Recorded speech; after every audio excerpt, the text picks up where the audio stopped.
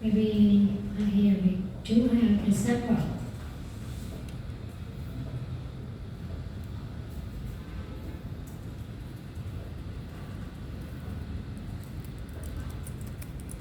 Should be okay, right?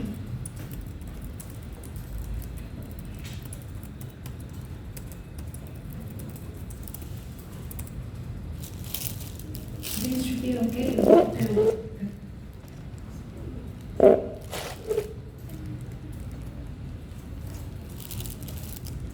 I don't know, you do it yourself. So yeah, so this is what I just demonstrate how to just show a very simple performance, week over week, month over month, and maybe sometimes, for example, when I was in during COVID, what we expect to see in performance meeting is showing how do we progress versus COVID time. So how much we already recover from the COVID. So we have the long data point before COVID, during, and then after. And we see how much we already recover. 30%, 50%, 80% something, yeah? So it's a longer period of time. So that's performance and how you combine conditional formatting versus pivot table. And sometimes to show as well, maybe the rate, we haven't shown that. In conditional formatting, I love that I can set this skilled. So first of all, GMV. So the question that I asked is how to just quickly identify who is the high performer expander, right? So for some people, they just use quartile, remember? So to identify the threshold of each quartile. So we have 4 different parts of the population, and we need to identify the threshold of each, the upper bound and the lower bound, remember? So for example, here we have first quartile, then we use quartile. We just choose GMV, and then if we choose the first quartile, then we just press 1. So here is the very lower bound of the distribution. So anything that's lower than this one, then it should be considered as super low. Yeah, super low. And for example, if we do is the third quartile,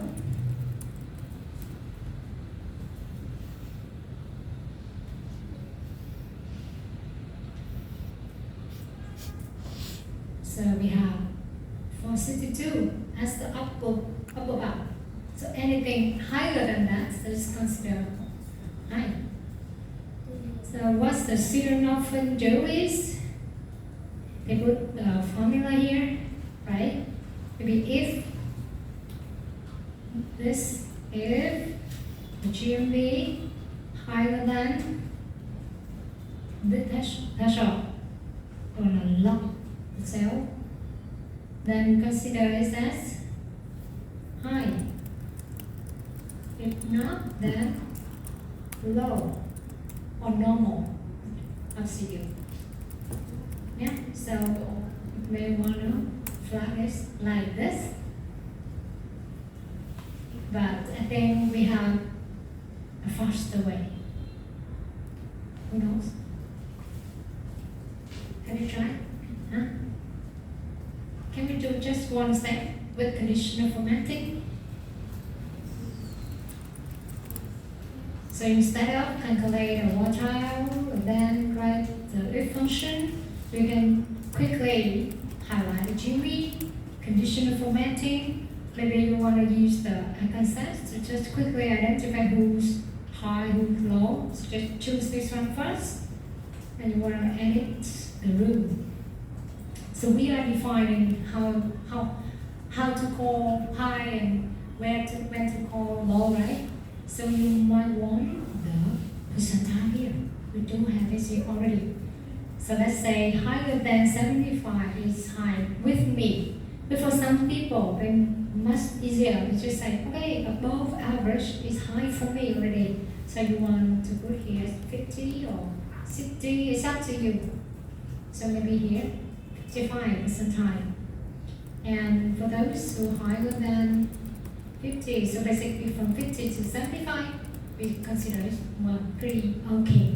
So it's yellow, and the rest is something we need to take more action or something.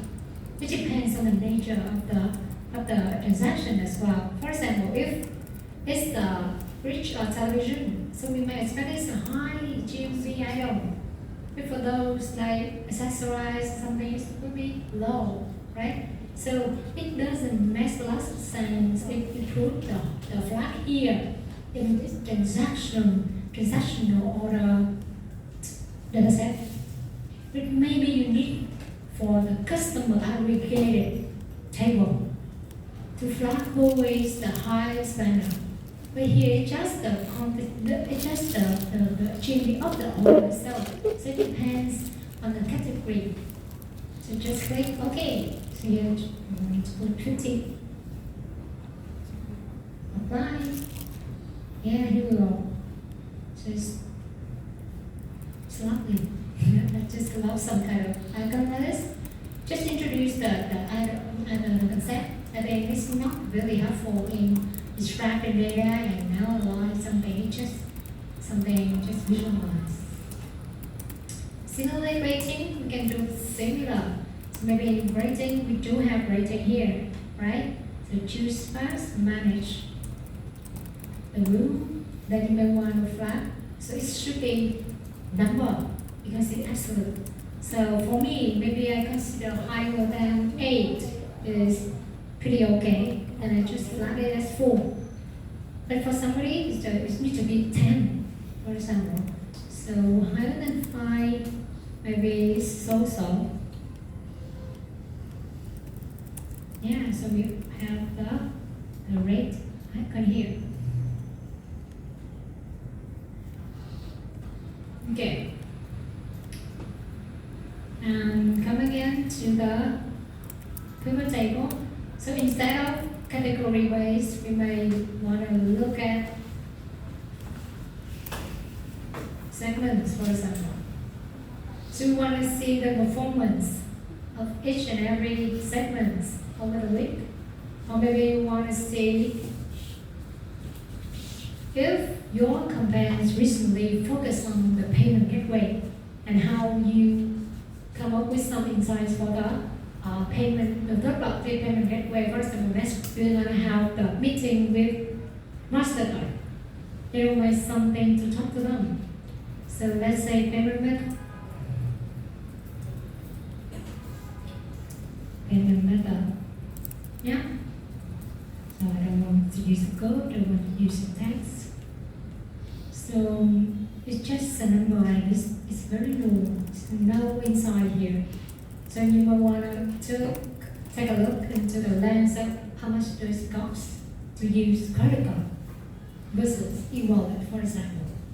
So we propose to credit card. Okay, I spend a lot on this kind of payment method. So for example, in e-wallet, I have partnership with Momo and they fund the voucher, and I also want you to fund me in promoting this kind of payment method for our customer. So if you want my customer to use credit card other than e-wallet, then fund me.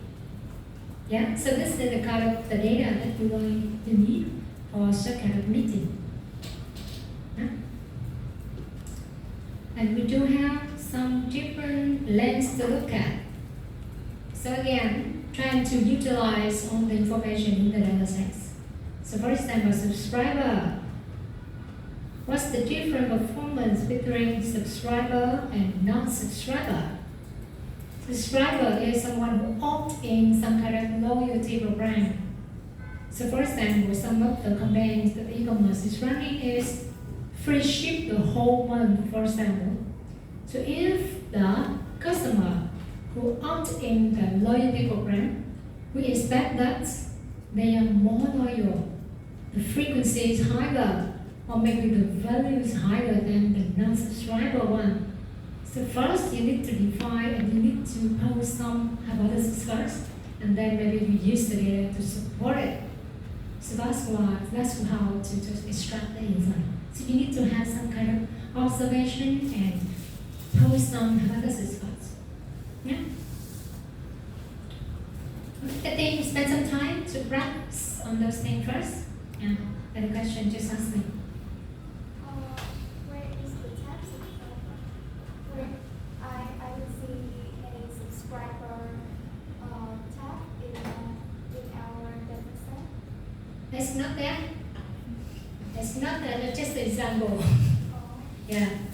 So I use a pretty different data set to demonstrate. Yes, so that you can find it yourself. Not just follow the specific state that I just showed you. Yeah. If it's not there in your midterm assignment, then maybe it will be there in the final term assignment.